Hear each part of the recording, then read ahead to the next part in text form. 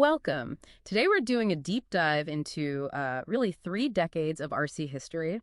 We're looking at Tamiya's DT series Muggies. That's right.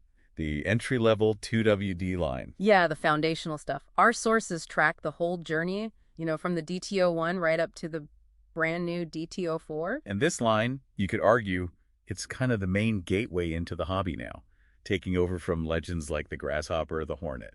So our mission here is to figure out how Tamiya managed that balancing act, keeping them affordable, tough as nails, but still performing well enough to be fun. Exactly. It's about that balance across the generations. Okay, so we're tracking that shift. Simple and tough at the start, getting more tunable and sophisticated later on. Let's kick off with the DT-01, 1991. Right. The last of that sort of hopper style almost. Defined by that super rugged ABS bathtub chassis. Practically indestructible, weren't they? Oh yeah. Toughness was key. But technically, the big thing was that transverse battery layout. Easy to build, sure. But high center of gravity, right? Yeah, high cog. And that rear end. The rolling rigid axle. Again, super durable for bashing around the yard. But that's what caused the hopping. Exactly. One wheel hits a bump, the whole axle tilts. No independent movement back there. Great for toughness, not so great for handling rough stuff smoothly. Still, it nailed simple fun. I mean, the Mad Bull, that came out a bit later, in 97, with those enormous 115-millimeter monster truck tires, that just screamed backyard basher. Totally embodied the DT-01 idea. Just pure, simple, unstoppable fun. Okay, then jump forward to 2005. The DT-02 arrives.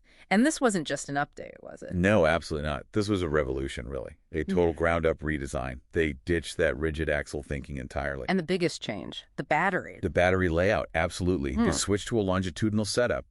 Battery running down the center line of the chassis. Which would have, immediately centralized the mass. Right. And dropped that center of gravity way down compared to the DT-01. Must have transformed the handling. It absolutely did. And that lower cog suddenly made the new suspension system work properly. Fully independent, double wishbones on all four corners. That's a huge leap. It was massive. And Tamiya played it smart, too. They catered to different crowds with the DT-02. Ah, right. You had the performance model, the Sand Viper. Yeah, with the better CVA oil shocks, ball bearings included. More for people perhaps looking towards racing. And then the nostalgia hit the holiday buggy re-release on the DT-02 chassis. Yeah, exactly. Brilliant move. Hit the racers and the returning hobbyists, or just people wanting that classic look. Showed the platform's versatility. Okay, so DT-02 is the big leap. Yeah. Then comes the DT-03 in 2014. What was the focus here? Refinement. Refinement, yes, but specifically stability. That seemed to be the #1 engineering goal, making it super easy and predictable for total beginners. And how'd they achieve that? Mostly by stretching the wheelbase. Significantly. It went out to 287 millimeters. Wow, okay. How much longer is that than the DT-02? 27 millimeters longer. The DT-02 was 260 millimeters. That extra length makes a big difference in straight line stability and predictability over bumps. Makes sense. But there's always a trade-off, isn't there? Stretching it out that much. Did it make it feel less agile, less nimble than the O2? Oh, for sure. It's definitely less eager to turn in tight corners compared to the shorter DT-02. More stable, less pointy. But the value is there, especially with kits like the Neofighter buggy. Absolutely. That kit was huge because it often came bundled with hop-ups right in the box. You usually got the torque tune motor, the CVA oil dampers. So a great package for learning straight away. Yeah, really good value, teaching you the benefits of those parts from the get-go. Which brings us right up to date. The DT-04, just announced for 2025. This sounds like the next logical step, maybe focusing on teaching. That seems to be exactly the idea. They've built education right into the chassis design itself. How so? The biggest innovation is that user-adjustable wheelbase. You, the builder, can choose. Set it shorter, around 265 millimeters, for more agility. Like the DT-02's feel, maybe? Kind of, yeah.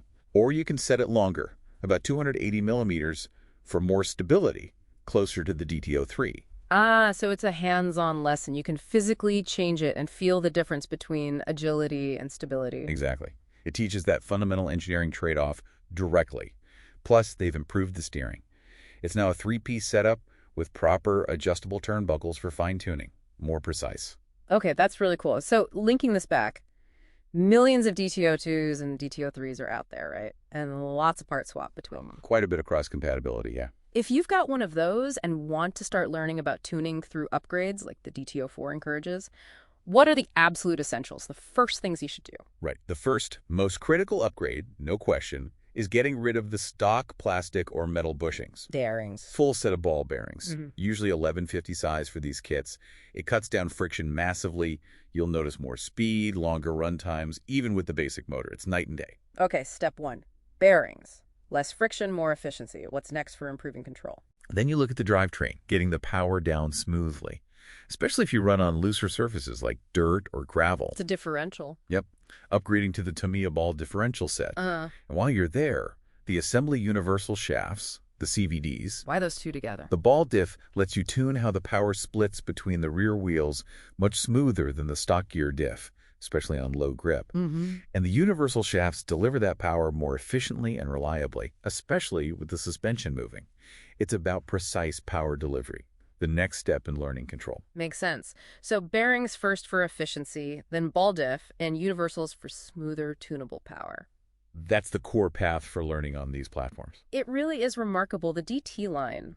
For over 30 years, it's consistently been this accessible, durable, and genuinely rewarding way into RC. It's built a huge part of the hobby. Absolutely. It's the bedrock for so many RC careers, you could say. So, final thought then. The DT-04 includes that adjustable wheelbase as a built-in setup lesson. Where might Tamiya go next with this teach-through-the-kit philosophy for beginners? Well, it makes you wonder, doesn't it? Could we see entry-level kits with, say, simplified ways to adjust differential action right out of the box? Or maybe even basic adjustment for suspension geometry, like camber links included as standard, teaching those next-level setup principles from day one. Building the tuning guide right into the entry-level car itself. Interesting thought, something for you to ponder next time you're looking at a kit box.